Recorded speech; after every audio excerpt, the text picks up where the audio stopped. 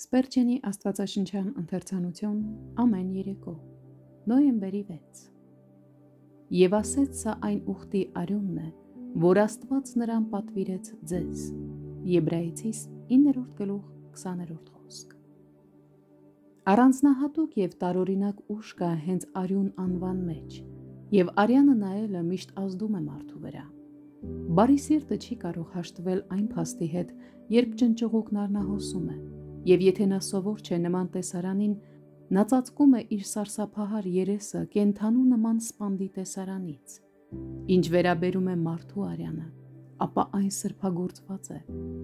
Զայրույթի մեջ այն թափելը սպանություն է, պատերազմի ժամանակ վատնելը սարսափելի հանցագործություն։ Արդյոք այս կարևորությունը պայմանավորված է նրանով, որ արյունը կյանք է, իսկ դրա թափվելը մահվան նշան։ Մենք այդպես ենք կարծում։ Երբ մենք կենդանանում ենք եւ խորհում ենք Աստծո որդու արյան մասին, մեր ակնածանքը մեծանում է եւ մենք դողում ենք մեղքի հանցանքի եւ այն սարսափելի պատժի մասին, որը կրել է մեղք կրողը։ Արյունը միշտ թանկ է, բայց այն էլ առավել անգին է, երբ հոսում է Էմմանուելի կողքից։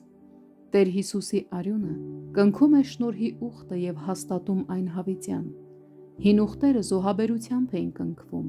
եւ հավիտենական ուխտը նույն կերպով է վավերացվել։ Ով որքան հաճելի է փրկվել աստվածային պարտավորությունների հաստատուն հիմքի վրա, որոնք չեն կարող անարգվել։ Օրենքի գործերով փրկությունը փխրուն եւ կոտրված անոթ է, որը անշուշտ նավաբեկության է ենթարկվելու, բայց ուխտի անոթը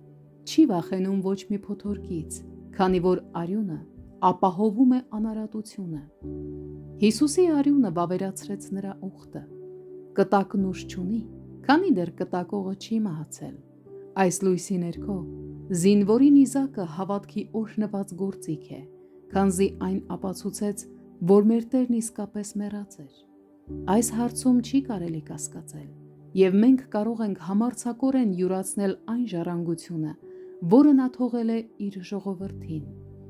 Երջանիկ են նրանք, ովքեր տեսնում են մահացող փրկչի կողմից երաշխավորված երկնային օրհնությունների իրենց իրավունքը։ Բայց չէ՞ որ այս արյունը մեզ է դիմում։ Արդյոք այն չի կանչում մեզ սրբագործվելու նրա առջև, ում կողմից մենք փրկագնված ենք։ Արդյոք այն մեզ չի կանչում դեպի նոր կյանք եւ չի քաջալերում մեզ լիարժեք նվիրվել Տիրոջը։ Օ թող որ այս գիշեր արյան ուժը ճանաչվի եւ զգացվի մեր մեջ։